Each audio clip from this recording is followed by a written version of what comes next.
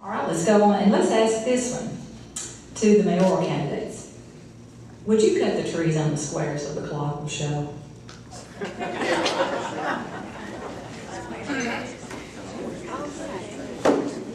All right, let me just say this right off the bat. I didn't put that clock on the square, so don't blame me.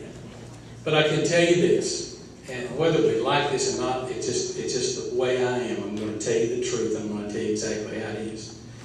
Whoever designed the square did not design the clock to be seen from Bachman Way. That's what I've been told.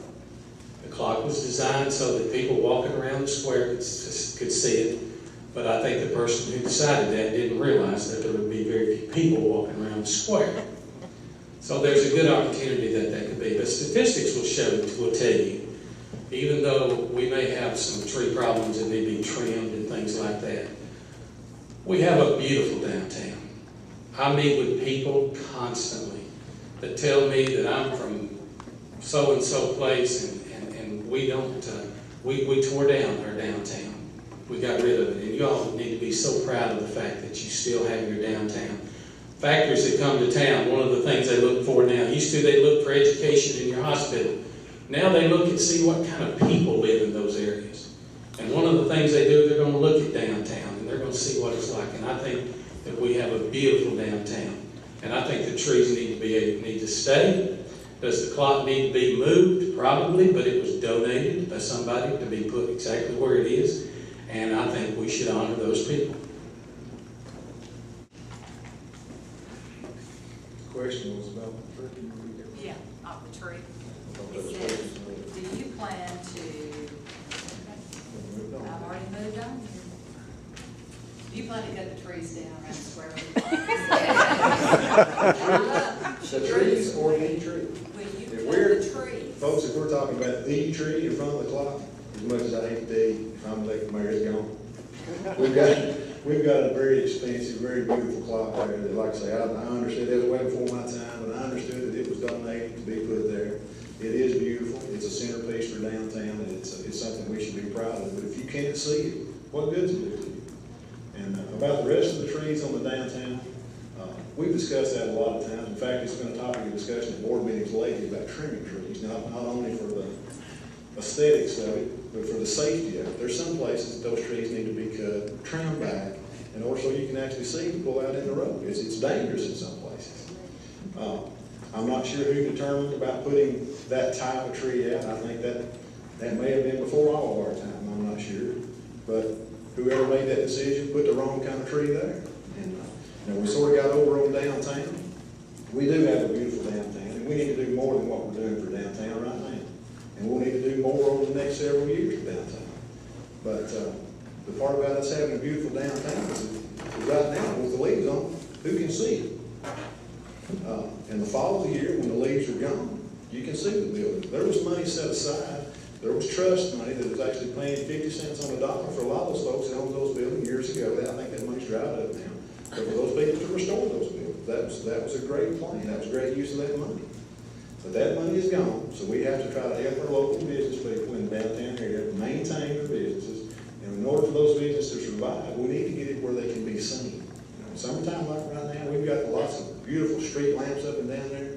Somebody drive through there at night. Not only can you not hardly see the street lamps, but you definitely can't see the buildings. So that's something that's going to have to be put in a long-term plan to either groom those trees periodically over the next 20 years, maybe even replace some of those trees. But the one in front of the clock, we've got a beautiful clock, and come August, I'm ready to just go.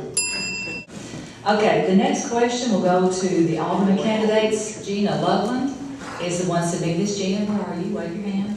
There she is, over there.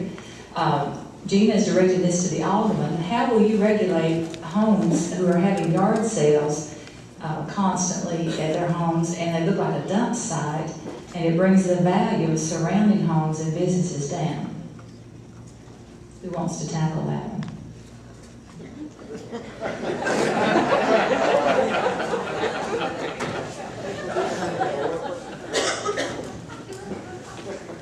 I think the state law is you can only have like 2 or 3 yard sales a year. Does anybody know for sure? Yeah. that you have over that, you're supposed to collect sales tax and turn it in. But that's a tough situation. People are gonna have yard sales.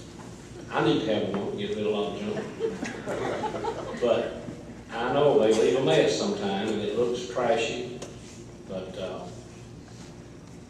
my neighbors have them every once in a while, and I've never seen that traffic come through just going on yard sales. Seen some of you people there.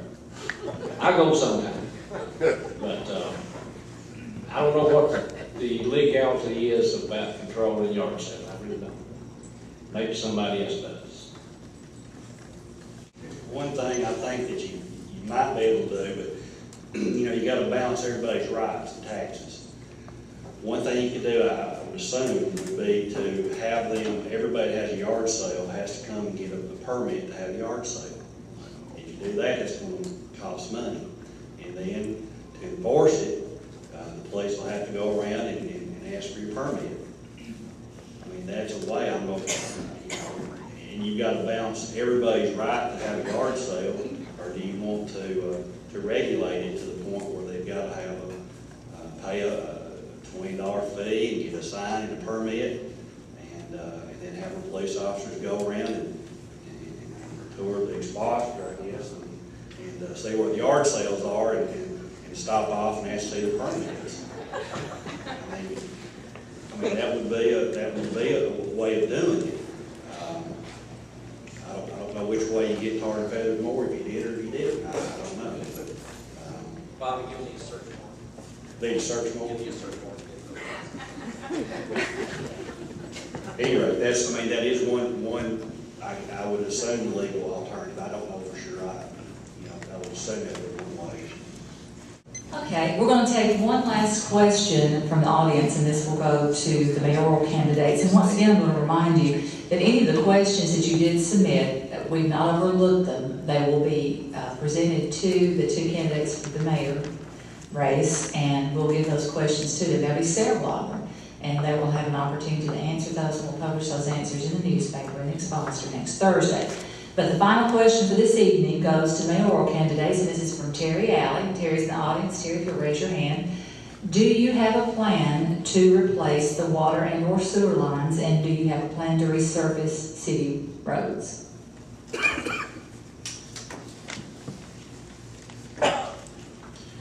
We have no choice but to keep those things going. That's a responsibility we have with the city.